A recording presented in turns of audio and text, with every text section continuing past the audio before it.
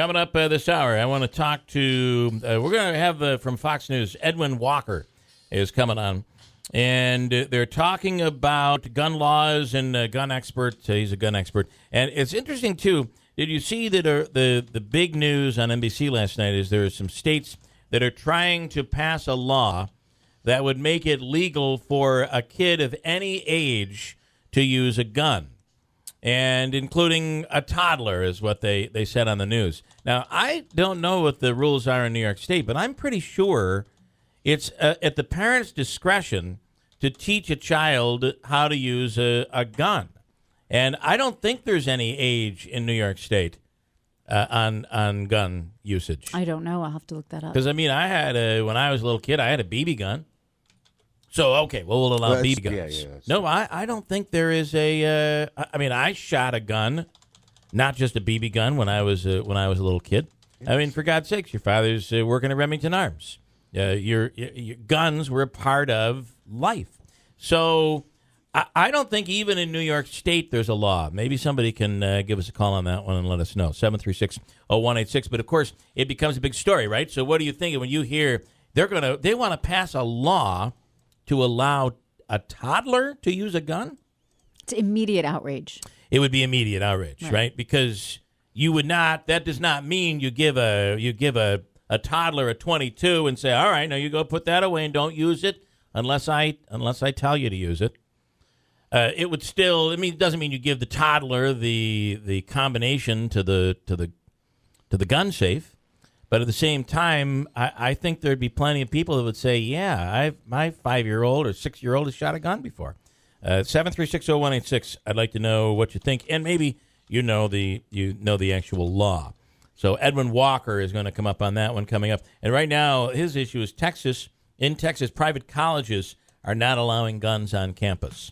And, of course, they probably have a problem with that. Pete Sobel is coming on later on in the hour. He is the Oneida County Republican chair. This endorsement of Wells over Claudia Tenney is a pretty big one. So we asked the question, and I asked the question earlier. Is that the big news? I mean, it is big news, but you knew that there has been a rift between Claudia Tenney and everyone else. There's been a bit of a battle between Claudia and her party. I don't think that's any secret. But I think it's even further, a little deeper, when you take a look at the fact that Madison County endorsed Wells. Now, the Republicans in Madison County endorsing Stephen Wells probably isn't a big deal after all, because even though one of the things that you hear Claudia refer to this guy as a Cuomo supporting, what does she call him? Like a Cuomo giving contributor, Cuomo contributor, Steve Wells. The fact is he's a huge fundraiser for Republicans. Mm-hmm. So not only in Madison County, not only in New York State, but really throughout the country, the guy raises money for Republicans. That's what he does. And I'm assuming as his business, and we haven't been able to get him on, and to be fair, we've not been able to ask him any questions because we can't get him on the radio. And that's really bothered Andrew in there a little bit, right? Well, you want to be congressman, you got to talk to the media at some point. And we've been unable to get him to come on. Yeah, through his staff or through him directly. So I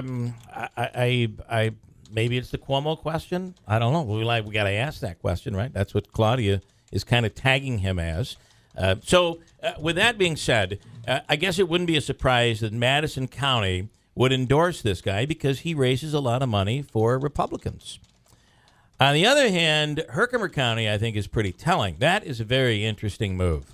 Now, Oneida County over the weekend, they on the first ballot decided to endorse Stephen Wells, not New Hartford's Claudia Tenney. Big news.